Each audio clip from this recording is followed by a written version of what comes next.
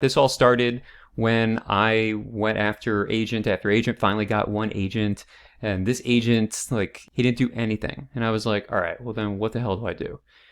I guess, I've been marketing, I've been a Facebook marketer, or digital marketer, for the past 10 years, but I've never tried selling books because the cost per customer acquisition is so much higher usually than the royalty that it just doesn't make any sense. But I was like, fuck it, I'm going to try this anyway and see how much money I can make off of it, and I can look at it as a PR campaign in my head. And I'll just get the book out there, pick up some reviews, and see the response. And what ended up happening was I actually ended up making money on book one, and it had been out for years, and so I was like, oh my god, I have to keep writing, so I wrote a second book and then a third book, and now it's turning a healthy profit. It's not enough to pay for my mortgage, but it's doing pretty good. Now if you have if you have 3 books or so, like, you're ready to do this. If you have 4, 5, 6, 7 books, you're super ready, and you can make a pretty good income with that amount of books to market. So I want to go over right now real quick a couple of the rookie mistakes that I see authors making all the time. Actually, some of the best marketers out there are authors, because we know that if we don't take this into our own hands, no one else will. So one of the things that drives me crazy, it's focusing on the low cost per click. Don't worry about the low cost per click. It doesn't mean anything, because if you click, I could make an ad really easily that'll get a very high click-through rate, and that will make it a low cost per click. But if it doesn't say anything about the book, if they don't know what exactly the book, if they don't know exactly where they're going after they click on the ad, then they're not going to be well primed, right? And they're not going to, they're going to get to the Amazon page and be like, oh, it's a book. I don't want to buy a book. Right, so if that is not a good ad. You want to basically have someone click on an ad that's like, read No Direction Home, my memoir about blah blah blah. And you want to have the book cover on the image. You want people to know exactly what will happen after post click. And if you can get a good click-through rate after that, at that point, that's when you start looking at the cost per click. But you can make a very healthy profit with like 40 cents on the click. And I've had ads that, once you get a good ad performing, you can actually bring that cost down. And I show you how to do that in the video after this. But so focusing on the low cost per click, it's not the metric you want to look at. Not excluding your retargeting sets and your audiences. So when you initially go out, you're going to form an interest, and you're going to show those ads to the interest. But you need to exclude all of the people that have seen your ad. So I see your ad once, I don't want to see that ad ever again, right? I actually want to see different ads that take me further through the buying cycle. So as soon as I see your ad, I'm taken and put into another ad campaign for people that have already seen ads from campaign 1. So setting up those exclusions is really, really important, because you want to actually take the retargeting campaign, which is where they would go after they've seen ad the first time, and then you want to show them, different types of ads like 7, 8, 9 times. And that's where you focus on the frequency. If the frequency is the amount of times that people see an ad. The third thing is not aggregating your social proof on your ads. So every ad has an ad ID, and if you just take that ID and put it into every single ad campaign, every like, comment, and share from all of the different audiences and ad sets and campaigns that ad is in, will all group together. And so that will bring down your CPM, which is actually how Facebook charges you per 1,000 impressions. So if you have a low CPM, and you'll get that if you have lots of likes, comments, and shares, because Facebook is like, oh, this is a good ad. It's a good user experience. We should lower this cost for this advertiser. And then they lower your CPM after you get all of that engagement. And then if you keep a high click-through rate, that's when your cost per click goes really far down. So not doing that. A lot of people don't do that. There's also there's an option where you can keep it checked to duplicate the ad reactions or whatever. Don't ever do that. Use the post ID. Not creating an ad funnel. So basically, you just set up one campaign and that's it. You need 3 different campaigns. I'm going to show you in the video after this how to do that. But you basically need a traffic campaign or a conversion campaign, but you're going to be using traffic if you're using Amazon, because you can't place a pixel on Amazon's page, and conversion campaigns are only if you have a pixel. So, and then you want a retargeting campaign, and then you want an engagement campaign. And you can get even crazier than that, but that's the basic 3-tier structure. Too low of a budget is number 5. So don't be scared to spend money here. Like, the more money you spend, the more momentum you pick up, and the more books you sell. So Facebook is an expensive medium. You have to spend a certain amount of money. You have to be willing to spend up to, at least $50 a day on Facebook ads. And you want to, because you will make money. You don't want to shy away from spending money when it comes to advertising. You want to spend as much money as you can profitably. So too low of a budget, when people are scared to spend money, it really hurts the ad campaign. And number 6 is not scaling properly. So let's say you get an ad working at $10 a day, and you're like, oh shit, well, I'll just put it at $1,000 a day. But you can't do it like that. There's a whole system. It's going to throw off Facebook's algorithm. And when I say Facebook, I mean Instagram and all of the others, Messenger, WhatsApp, and all that stuff. But you have to, their algorithm is finicky, and you have to treat it properly in order to scale up your campaign. So if you want to get to a point where you're spending $10,000 a month on ads, which you should get to, if that may be a little too much, but I spend healthily like $300 a day, and I'll do that for as long as possible until I have to scale it down. But the second you hit, you get some momentum, you want to scale it up as quick as possible and ride the wave until they fatigue a bit. So not scaling up properly is number 6. Number 7 is going to be not utilizing the frequency metric. So there's all this talk about click-through rates, cost per click. No one ever talks about frequency. Frequency is the amount of times someone has seen your ad. And you can use this to your benefit tremendously. So you can show people who have seen your ad 4 times a 5th ad. You can show people, you can basically put people in buckets. So, this person see my ad once, I want to then show them these ads. People that have seen ads more than 3 times, I want to show them these ads. People, and that's a really powerful tool to utilize. So that's basically 7 really big rookie mistakes that I see authors making all the time. And now I'm going to show you how to create a properly structured campaign. It's going to get a little confusing, but I did my best to kind of take a complicated topic and I sketch it out for you. So I'm going to flip the camera around and I'm going to sketch it out for you. And then that's it. Now you've got 3 different parts of an ad, right? You have the image, right? You have the text, and you have the headline. You also have the call to action and a couple other things, but these are the 3 main things. Now, the way you create the perfect ad is you start out with the most important thing. So you start out with the image. You want to find the best image, right? And you're going to show these images in your ad set, which is where you collect the audiences, which is, you put the audiences in the ad set, and then the ads that you want to show those audience go into the ad level, and then there's the campaign, but we'll get there in a second. So you want to basically pick an ad set that is like not clever. So if you write romance, you're picking romance, right, as your audience. When you're testing, you're not trying to get clever or find, accountants that live in New Jersey that you don't have to do any of that fancy targeting. You basically just want to use the genre.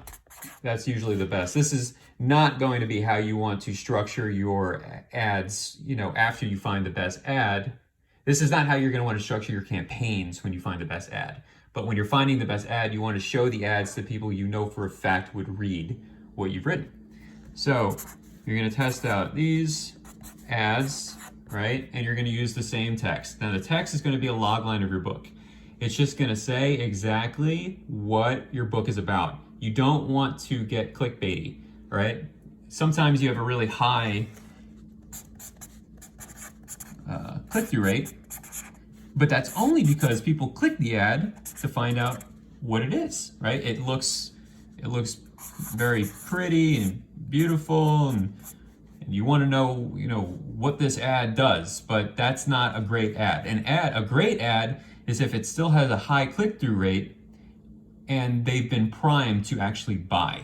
So for instance, if it says, if you click this ad, you will be taken to Amazon to buy my book, which is about blah, blah, blah. Okay, you're not gonna actually write that, but the point here is this is the type of ad copy that primes people into buying. Now, if it just said, you'll never guess what happens, blah, blah, blah. If you get all BuzzFeedy, then people are gonna click the ads and your click-through rate's gonna go up, but your buying power is gonna go down because these are not gonna be qualified people because you're not priming them. That's not to say that you can't write clever ad copy that also converts, because we will. But in the beginning, you want to start out with just your log line. So you're going to use the same log line for every image. And the title, the headline, is just going to say, read, whatever your book is. So you're going to run these for about 1,000 impressions. And then the winner, let's say it's 3, the winner now goes down here. And so now we're going to test image 3.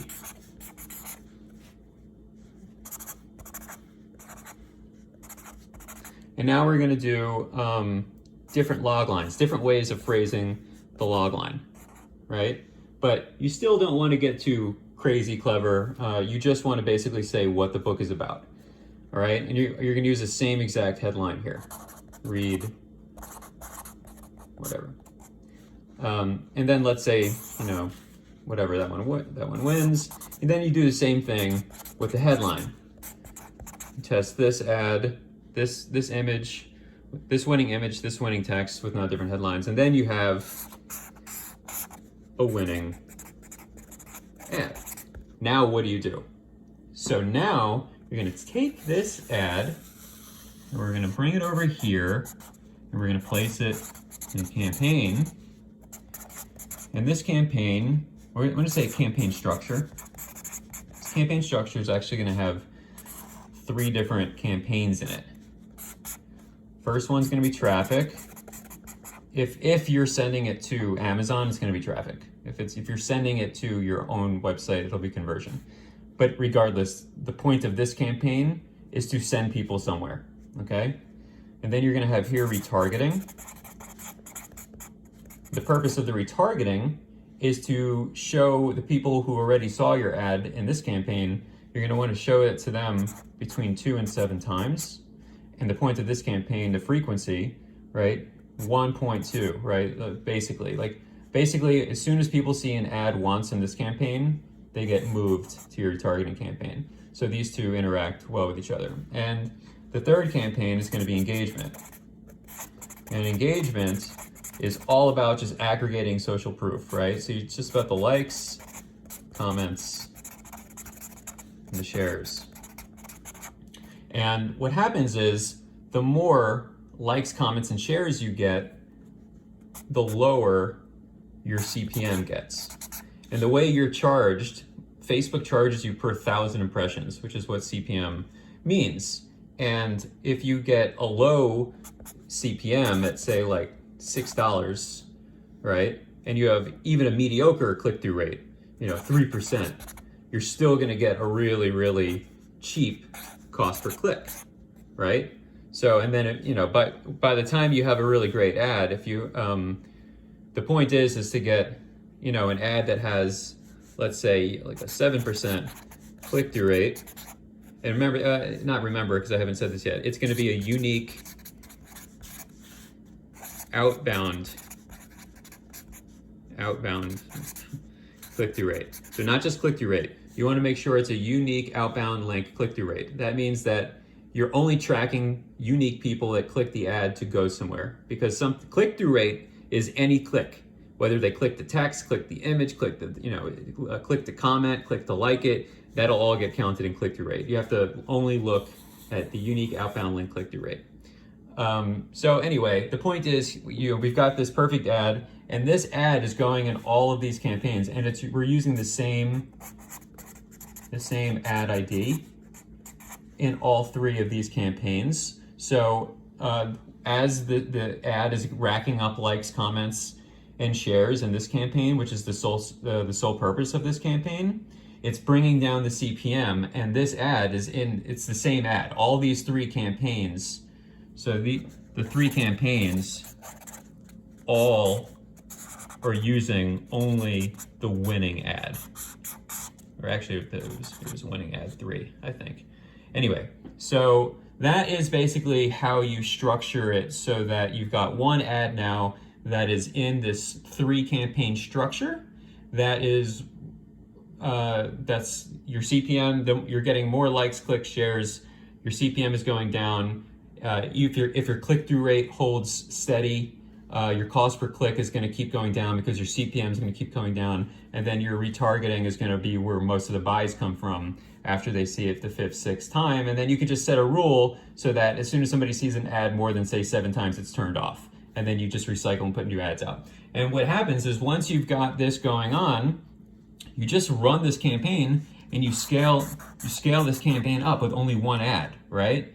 You want to take that one ad and run it in this genre that you've been using at the very beginning until you can't run it anymore. Because when something's working, just keep it going. And then when it starts to fizzle out, because this genre is so broad, then you can take that ad and put it into multiple different ad sets and try out different audiences. What ends up happening is you're going to end up having about, say 5 to 7 ad sets that work well with this ad. And then you're going to, sorry for all of this craziness, you're then going to take all of those ad sets and you're going to put them into a CBO campaign, and you're going to scale it up. And so all of the winning ad sets with the winning ad, I'm spelling stuff wrong, sorry. So the winning ad sets with the winning ads, all in a CBO campaign, and you scale it up. And as soon as the ad fatigues and stops performing, you turn it off.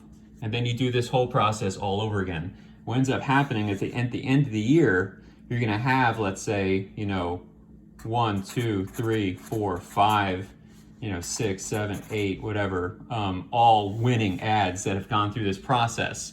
And as soon as one, fatigues, you turn it off, and then you get the second one, you turn that off, third one, blah, blah, blah. And then once you get down to having all of these as being winning ads, then throughout the year, you can just keep toggling them on and off. Sometimes you just have to toggle one ad off for a few months and then turn it back on. It'll start performing well. The other thing you can do is you can start getting really creative, where you take all of your winning ads. And remember, all of these ads by this point have thousands of shares and comments and likes and all of that. So you can then take these ads and form them and put them into its own ad set and start scaling up the ad set or a campaign. It gets a little complicated when you get to scaling it up. But the idea here is that you now have 8 winning ads that you can really scale up. And that's how you get to a point where you can spend, $300 to $500 a day on ads, which is what you want, by the way, because, the more ads you spend, the more clicks you get,